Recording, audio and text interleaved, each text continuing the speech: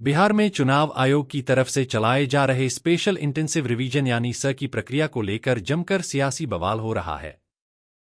विपक्षी दल लगातार आयोग पर वोटर्स के नाम लिस्ट से हटाने के आरोप लगा रहे हैं। यहां तक कि इस मसले पर सुप्रीम कोर्ट में कई याचिकाएं भी दायर की जा चुकी हैं। लेकिन विवाद से इतर अब देश भर में फर्जी वोटरों को लिस्ट से हटाने के लिए स की प्रक्रिया चलाई जाएगी। चुनाव आयोग पहले ही इसका ऐलान कर चुका है। राजधानी दिल्ली में तो इसे लेकर तैयारियां भी शुरू हो चुकी हैं। दिल्ली के मुख्य चुनाव अधिकारी कार्यालय ने राजधानी में स की प्रक्रिया को लेकर नया अपडेट दिया है। दिल्ली में इस प्रोसेस के लिए 2002 की वोटर लिस्ट को आधार माना गया है। इस साल होने वाले रिवीजन के लिए दिल्ली में साल 2002 में हुए स की लिस्ट मौजूदा विधानसभा सीटों के हिसाब से वेबसाइट पर शेयर भी की गई है। दिल्ली में स के लिए चुनाव आयोग के कर्मचारियों और बूथ लेवल अधिकारियों को ट्रेनिंग भी दी जा रही है। दिल्ली चुनाव आयोग के अधिकारी मतदान केंद्रों के पुनर्गठन और रिकॉर्ड में सुधार करने का काम भी कर रहे हैं। बिहार में स को लेकर सुप्रीम कोर्ट की तरफ से अब तक जो भी अहम निर्देश दिए हैं, वे दिल्ली समेत देश के बाकी राज्यों पर भी लागू होंगे। कोर्ट ने अपनी हालिया टिप्पणी में कहा है कि आधार को 12वें दस्तावेज के तौर पर स की प्रक्रिया में जोड़ा जाए। बिहार में आधार को 11 दस्तावेजों की लिस्ट में शामिल न करने को लेकर विपक्ष दलों ने आपत्ति जताई थी। साथ ही कोर्ट ने कहा है कि अगर प्रक्रिया में कोई भी गड़बड़ी मिली तो वह बिहार में चल रहे रिवीजन के पूरे प्रोसेस को ही रद्द कर देंगे। दरअसल बिहार में जून 2025 से स शुरू हुआ था, जहां 2003 की पुरानी वोटर लिस्ट को आधार मानकर मौजूदा सूची का मिलान किया गया। इसी तरह दिल्ली के लिए 2002 को बेस ईयर चुना गया है। दिल्ली के चीफ इलेक्टोरल ऑफिसर (सीईओ) ने कहा कि स की ग्राउंड तैयारी शुरू हो गई है। यह राष्ट्रीय स्तर का अभियान है जो चुनाव आयोग के संवैधानिक दायित्व के तहत हो रहा है। इस प्रक्रिया का मकसद मृत, डुप्लीकेट या अवैध प्रवासियों के नाम वोटर लिस्ट से हटाना है। दिल्ली में इस प्रक्रिया के तहत बूथ लेवल ऑफिसर्स (बीएलओ) घर घर जाकर गणना फॉर्म बांटेंगे।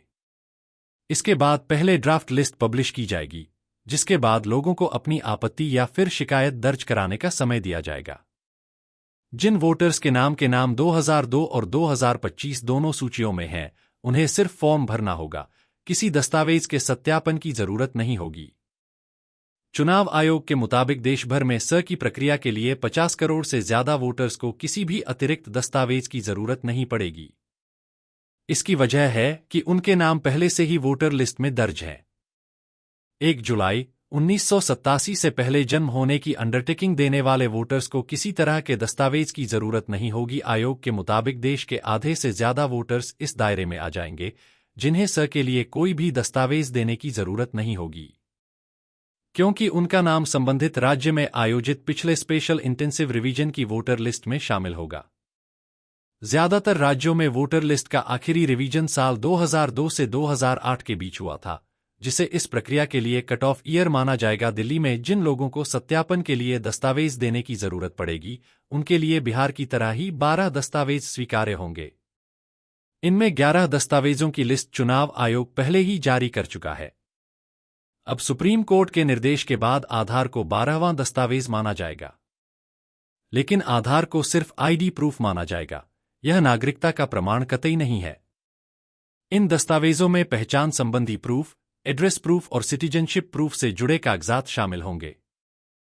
पहचान साबित करने के लिए Aadhaar card, voter ID, passport, driving licence, PAN card, निवास प्रमाण पत्र, राशन कार्ड, बिजली पानी gas bill, bank passbook, MNREGA card और 2002 की वोटर जैसे दस्तावेजों की जरूरत होगी।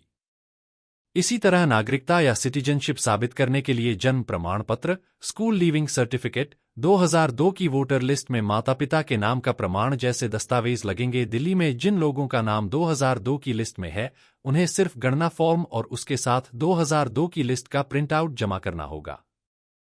किसी अन्य दस्तावेज की जरूरत नहीं पड़ेगी।